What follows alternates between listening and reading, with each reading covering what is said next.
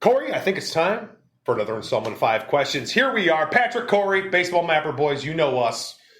We have another installment of 5 questions. I get 5 questions, never heard of them before. You have been planning, strategizing. I get 30 seconds, knock it out of the park. Let's go. Question number 1, I'm ready. Fresh off a vacation. Ooh, those are the best. In which we went to Asheville. Yeah. Went to a tourist game. Both of our first time there at the ballpark as well as the city. I had been nearby, but never in the city itself. Yeah. Anyway, this was really hyped for us. A lot of people we talked to said this was their favorite ballpark. Yeah. Minor league ballpark, right? Did it live up to the hype, and what was your favorite thing to do? Okay. Well, that's it. Is that 2 questions or is that 1? Is that a 1A and a B? Yeah, it's more of an A and a B. Okay. All right. I'll let it slide. Okay. So, did it live up to the hype? I will say it wasn't so much what was on social media about this that made me want to go. This is a ballpark that I have been putting on my list of maybe top 5 I want to see. It's older. It's historic. I love the tourist logo and merchandise. I knew I was going to spend some time in the tourist trap. I knew it. Right. So I was counting on all of those things ahead of time. So did it live up to even my own hype? Yeah, I really liked it. I love the ballpark. I love how it's got the trees around it. There are some elements to the ballpark that are unique, like that high center field, outfield fence. Able to send my daughter up there to get a view, and she sent down pictures from there. I don't know how she got there so fast. I was already starting to drink and enjoy myself. But there are so many things about it I enjoyed. I think the thing that I enjoyed the most from the game was the group. And I think this is one of those things that's maybe undervalued in the things we talk about. We spend a lot of time when we go to ball games thinking about what our seats are like and what was the ambiance of the game and maybe even how the game played out, like what was the score and stuff like that. It was a long game. It was. There was like 25 hits in that game.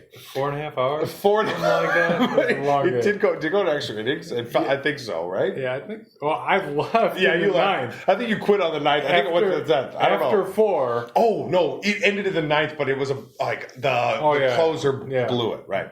Yeah. So horrifically. Yeah, horrifically. They bat through the lineup. Yeah, they bat through the whole lineup and gave up 2 hits.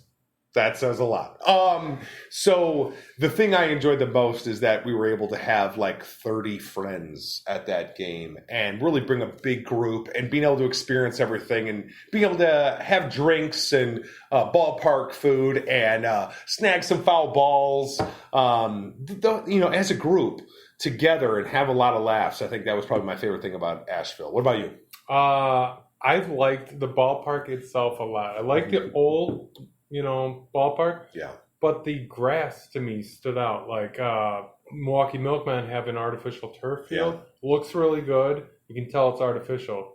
This is grass, and it looks like artificial. Yeah. It's so pristine. Yeah, it's like well maintained. It looks like a carpet. Mm-hmm. It's a different kind of grass than we can grow up here. It's just really cool looking. I love the huge right field wall. Yeah. Super high. We saw a home run over it. Like opposite Fenway. Yeah. Yeah. I love that a lot. There were some things I didn't like, the concessions wait time in particular, but I think overall it's a top, 20%. Yeah. I will say concessions, I felt like everything was open, which was nice to see. We've been to some ballparks where that's not the case. Yeah. And so lines were long, I think, because they had a good crowd. Yeah. And that's kind of cool to see, too, as opposed to, like, there's only 3 stands open and some of the specialty items aren't available. Yes. We were able to get beer bats. We were able to... all that. Yeah, all that stuff. All that. So it was really Just had to wait a little bit. One other thing is, like, most stadiums, you can walk around it. Yeah. You couldn't at this one. Yeah, a little different. You couldn't get past pretty much the first and third base. Right. Like, that was the group areas. Yeah, there's 2 group areas there. And you couldn't get out there, so it restricted your viewing areas a lot. Maybe that's an old timey thing. I don't know, but liked our seats. I thought our seats were really cool. I liked it. Yeah, they had the net right almost up to the base, and we were just past the base. Mm-hmm. So we got open. We got coaches flipping balls and all that. You know, it was good. Didn't know that, but it worked out well. Yeah, well. All right, number 2. Question 2. Theo brought the Cubs a championship. Oh, Theo Epstein. Is that the Theo we're talking about? He's like Madonna at this point. Yeah, I guess. Right. Okay. Theo. Mm-hmm. So a lot of his like bad moves get excused, right? Right. And there was a lot with the Cubs. There was some. I kind of feel a little bitter that he can step in when the team's down, build the team, win with the team, and then leave right before it crumbles. That's a good way to... I think that's a great way to describe what's happening with the Chicago Cubs. Before his contract was up. Yeah. He left. Like abandoning ship? Is that what you're saying? Right. And so, am I right to feel bitter about this? Theo Epstein is somebody I think is good. It's a good question, and I am not accustomed. Let me just say right off the bat, and viewers of our videos are like, "Is this a critical Cubs question? Has that happened yet?" No, because typically you just are only anti-White Sox. But I would say Theo Epstein has had some success with both the Red Sox and the Cubs, two organizations that were starved to win championships. And was associated with bringing them to championships, but like he dodges the bad moves, the bad signings, the bad trades, all those things. And in this case, what you described, and I wonder how well that's portrayed outside of Chicago, because it's talked about ad nauseum in our area. I thought so from the moment he left, parting ways on his terms. Just to step down to let Jed have control. Oh, and by the way, the next year he would be dismantling the whole thing. I don't think it's a good look, and I wonder what that's seen as nationally. I do think you're right to hold a little bit against him. I don't think it's fair that somebody can only be seen for the good, but not some of the bad. And some moves are not going to work out. Some trades aren't going to work out, right? Eloy and Dylan Cease has worked out great for the Cubs. I think Jose Quintana's on the Angels now. That didn't work out so good. I mean, that worked out. The trade worked out great in the Sox favor. We won a championship because of that trade. Cubs won that trade. I don't know if that's true. I don't see it. But so you look at those type of things, and it's like it's easy to look at individual trades and be like, my GM sucks. But I would take this kind of thing more personally. It's like he didn't want to be the one associated with letting all these players go. When your top 3 guys, when Rizzo, Bryant, and Baez are shipped off, he was gone. And it does feel, even as an outsider, it feels like that was on purpose to me. Like it would tarnish his image to be associated with dismantling. And I think it's almost cowardly. Yeah. Which is, that's exactly how I feel. That's not the way people associate him. They tie the championship to him. And I don't think that's fair. Yeah. Yeah. I'm disappointed. That's all. Yeah. You're feeling it right now. I can tell you're sad. Yeah. All right. Question 3. We had a chat with Pecos League pitcher Ozzie Nux last week. Yeah. Ryan Osborne. Yeah. Yeah. We'll be releasing that video soon. But what was one thing that surprised you from our talk with him? I would say maybe there's a couple of things that stood out from that conversation. Ryan Osborne is an independent league pitcher in the Pecos League. And we could probably describe that league as maybe a smaller independent league. And so we don't necessarily know how much you're getting paid to play there. They are professionals. But you're a professional. Yeah. You sign a contract to play. I think one of the major things that was shared from that is a story we kind of get a chance to go into in our interview with him a little bit further, was in regards to him getting injured. I thought that was really strange. It was a strange injury that occurred, a freak accident almost occurred while doing batting practice. And this is a guy who is used to kind of helping teams. He's a coach in the offseason, those kind of things. And he gets hurt. and his team kind of moves on, as happens with every team, next man up. But ultimately, he felt he had to kind of transition from his team he started the season with and move to another team. And so, like, this idea of him having to be his own agent, what's best for my player? Well, he's his own agent when it's that low level. Right. And he decides to go leave and, head a little bit further north into California to continue playing the year to get a better opportunity. And so that was a unique thing we learned from that interview for sure. What about you? That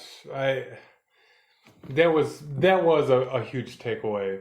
But the idea that, to me, I think a lot of these baseball players end up making their money, not from baseball, not from playing baseball, but from teaching baseball. And that was sort of confirmed with him, where like, he does off-season lessons, he works with the team and all that. That's what they do to be able to play. And keep the dream alive. Right, and keep it alive. Right, exactly, right. Yeah. So, super cool. That was a cool interview. More to come with that later on. What are we drinking? So I brought beer this week from I would say a pretty famous, well-known brewery near us, relatively near us. But at least you can get the beer really close by. Just got to travel 20 minutes over the border. Got to go over the border. They will not sell it in Illinois. Doesn't sell in Illinois, but as soon as you get past that border into Wisconsin, there's a State Line Liquors or a gas station. You'll be able to stop at the Shell and pick yourself up some New Glarus. People love to get Spotted Cow. I know that's a popular beer from people I talk to out of the area from around the country. Look forward to Spotted Cow. And that's what we have is New Glarus Brewing Company. They make some specialty beers. They got a wide variety of beers, and I actually enjoy some of their other stuff. And picked up one of their seasonal. It's called Lots of Peach 21. So I almost imagine that's like, this is the vintage. Maybe they've tried the Lots of Peach. I've never had it, but it's kind of like 2021. Yeah, 2021. I think so. Yeah. Uh-huh. So it's kind of like a tart, sour, sweet. It's also very sweet. Yeah, peach flavored beer. It's great for the summertime. I don't even. It doesn't say what it is. Is it an ale? Is it a? Yeah, it's probably an ale. It's like a fruit ale is typically what they make in their specialty beers, like Serendipity. Some really good stuff from New Glarus. Right. Some great seasonal beers that come out in the fall and the winter time. Oktoberfest is just going to be coming out around the corner. Check out New Glarus. We're going to include a link to them. Incredible brewery. If you ever find yourself only in Wisconsin, you can pick up some New Glarus, maybe do a brewery tour. It'd be a good idea. Support your local breweries. That's what we keep doing. Question 4. So I work right by Hallis Hall, where the Bears have their camp this year. They're not going off to Bourbonnais to the college anymore. They're having it right there in Lake Forest, Illinois. The parking lot where I work, a section of it is set off for Bears employees, so they can have some parking for people. Actually, bus people in from the mall 10 minutes away, to view the practice and all that. Anyhow, it got me thinking about going to spring training and seeing some baseball. Right? Can we do that next year? Let's do that next year. Right. So the question is, I would love that. But you can go to Arizona, you can go to Florida. So try to be as objective as possible here. All right, that's the stopping point. So, right there. We don't really care. The White Sox have abandoned their farm system, as the Cubs did back in 2015, 2016, right? They're going for everything, right? There's nothing to see there anyway. So where are we going? We're going to Arizona? We're going to Florida. Okay, so it's not just the Sox that play in Arizona. It's also the Cubs. I think Sloan Park is a really hard ballpark to get into. I'm glad you're already thinking about spring training. That has me thinking this might really happen. We got to get out in front of it. We got to get months ahead of it and actually plan this out. Because especially for Cubs tickets, it would be hard to do. I 100% want to go to Arizona. I would prefer to spend a few days in Arizona for spring training. I even feel like we could turn that into like a couples retreat or something, and everybody would be able to get some heat and some pool time and spas, whatever. Spas. We'll be at the ballpark. Yeah, we got to go to the ballpark. and check out a few of them and make our way around. But I would love to go. I think, I can see why people enjoy that with football, to be able to go and meet players. They're always out there. There's so much interaction. You hear that about spring training too, and we never have been either in Florida, in Arizona. It's something we haven't done. Right. Why not make the plan for next year? I don't know. The interaction is key. Yeah. And right now at the Bears mini camp, there is no fan-player interaction because of COVID. No, I don't want to go and spend my bullet at spring training and not be able to interact at all. Yeah. Right? So we're going to wait till this COVID stuff blows over. We'll see what comes in the next few months. Right. I can honestly say, and you know how I feel, the interaction with players is not my main priority. I don't care as much about that. I think if we brought our kids, it would be different. Yeah. I would definitely want to have that. If I can get Duncan to Camelback Ranch and he can meet Eloy, he's wearing a chain. He's got Eloy's jersey on. Please get that kid by Eloy. I won't let anything get in the way of that. But if it's just us, we could have a damn fine time in the Phoenix metro area. So let's keep spitballing that around. I'm glad that came up as a question, because it's already time to start our next trip planning. Okay, question number 5. Put a bow on it. All right, Cubs moved Rizzo to the Yankees. I'm not sure if there have been any good guys like good people traded from the White Sox, but. So do your best here. Like, how am I supposed to go on? Like, what do I do now? You know? Yeah. I don't know if anybody with the White Sox has ever been nice. But how am I supposed to live now? Right. So I don't know. I almost feel like it's an ASPCA, Sarah McLachlan, I will remember you, Arms of the Angels. Music. Right. Yeah. It's super pathetic right now for Cubs fans who have lost their entire core of their team. And you even keep really important people. They're all gone, and spread them all out. Just scatter them across the country. First of all, the Yankees aren't good enough. Sorry, Yankees fans. But they're not good enough. New York isn't good enough. I don't even think they're going to make the playoffs. For somebody like him. No, not. Oh, I thought you meant. Not a good enough team. Oh. Not good enough people, man. He is good people. He deserves better. He deserves better. How are you supposed to go on? Sorry, Yankees fans. Sorry, Yankees fans. When you lose your favorite player, and this has happened to me a couple times in my life, so that's what makes this an interesting question, is that, as a hockey fan, I lost Brett Hull from the St. Louis Blues, and this is the guy who holds all the records of the St. Louis Blues, and he gets signed by the Dallas Stars and wins the Stanley Cup the next year. Wouldn't that be the Cubs' luck, right? He gets a World Series. Can't get past the White Sox. I've experienced that before. It's hard. It's hard when you lose the team, the player on your team that you like. Because ultimately, I imagine you're very similar. The goal is the championship. I like the players on my team, but I want a championship more than anything. But there are guys that you're really hoping, I don't want to lose this one. And when they go, how do you even keep watching? Right. Yeah, I try to be fans of people who, I would be happy that my kids are fans of.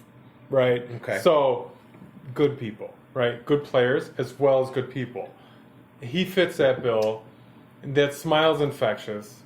He's just good. He has fun when he's out there. Yes. That's why he's always mic'd up in games. Right. It is a loss for the city of Chicago for sure. I don't, even if I don't like the Cubs, I don't hate Anthony Rizzo. I don't hate Chris Bryant, and I don't even hate Javi Baez for that matter. I just think it's got to be hard as a Cubs fan to lose the 3 of them all at once. That did not happen with the White Sox after they didn't go on to win in 2006 and after their World Series.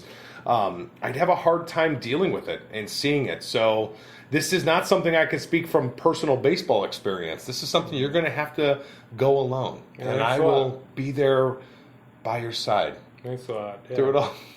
He's sad. There's sadness in his heart right now. Guys, that was 5 questions. I feel like we talked about the Cubs more than ever, and it's because they've been very noteworthy lately, and I'm okay with it. It's a little heat off of the White Sox as they're storming through the American League Central. Yeah, they got a really tough schedule coming up in August. We'll see what they're made of. Yeah. Don't worry about us. Don't worry about us. World Series champs 2021.